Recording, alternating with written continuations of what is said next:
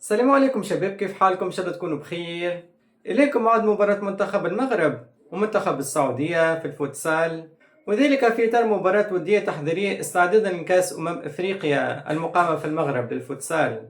وسيخوض المنتخب المغربي مباراتين وديتين.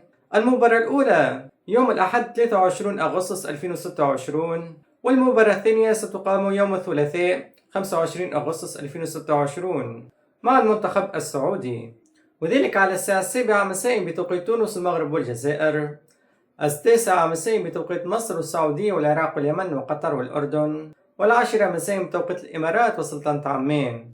ستلعب هذه المباراتين في القاعة المغطاة بالانبعاث بأكادير. وبالنسبة للقنوات الناقلة لهذا اللقاء فستكون منقولة عبر قناة الرياضية المغربية الأرضية. حظ موفق المنتخب المغربي في مباريته القادمة أمام منتخب السعودية، وذلك استعدادا لكأس أفريقيا للفوتسال المقامة بالمغرب. لهون شباب كون وصلنا لآخر مقطع، إن شاء الله الفيديو كان نال عجبكم. لا تنسوا اللايك وأهم شيء الاشتراك في القناة وتفعيل الجرس. لا تنسوا أنكم تكتبوا لي آراءكم في التعليقات في الموضوع. نشوفكم في مقاطع أخرى ومع السلامة. السلام عليكم شباب، كيف حالكم؟ إن شاء الله تكونوا بخير. إليكم عاد مباراة منتخب المغرب ومنتخب السعودية في الفوتسال، وذلك في إطار مباراة ودية تحضيرية استعدادا لكأس أفريقيا المقامة في المغرب للفوتسال. وسيخوض المنتخب المغربي مباراتين وديتين.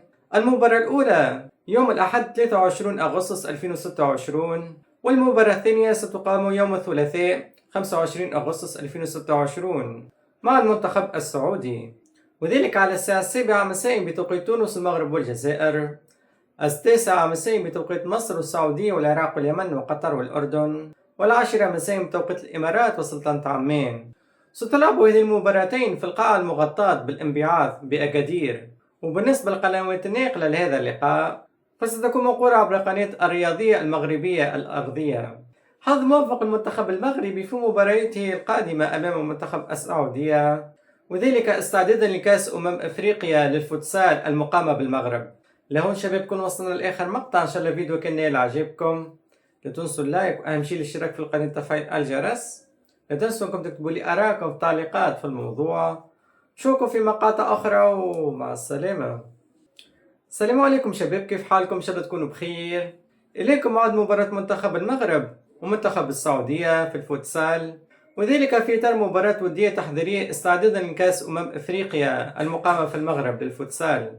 وسيخوض المنتخب المغربي مباراتين وديتين. المباراة الأولى يوم الأحد 23 أغسطس 2026، والمباراة الثانية ستقام يوم الثلاثاء 25 أغسطس 2026 مع المنتخب السعودي، وذلك على الساعة 7 مساء بتوقيت تونس والمغرب والجزائر، 9 مساء بتوقيت مصر والسعودية والعراق واليمن وقطر والأردن، 10 مساء بتوقيت الإمارات وسلطنة عمان. ستلعب هذه المباراتين في القاعة المغطاة بالانبعاث بأكادير. وبالنسبة للقنوات الناقلة لهذا اللقاء فستكون منقولة عبر قناة الرياضية المغربية الأرضية. حظ موفق المنتخب المغربي في مباريته القادمة أمام منتخب السعودية، وذلك استعدادا لكأس أفريقيا للفوتسال المقامة بالمغرب. لهون شباب كون وصلنا لآخر مقطع، إن شاء الله الفيديو كان نال عجبكم. لا تنسوا اللايك وأهم شيء الاشتراك في القناة وتفعيل الجرس. لا تنسوا أنكم تكتبوا لي آراءكم في التعليقات في الموضوع. نشوفكم في مقاطع أخرى ومع السلامة.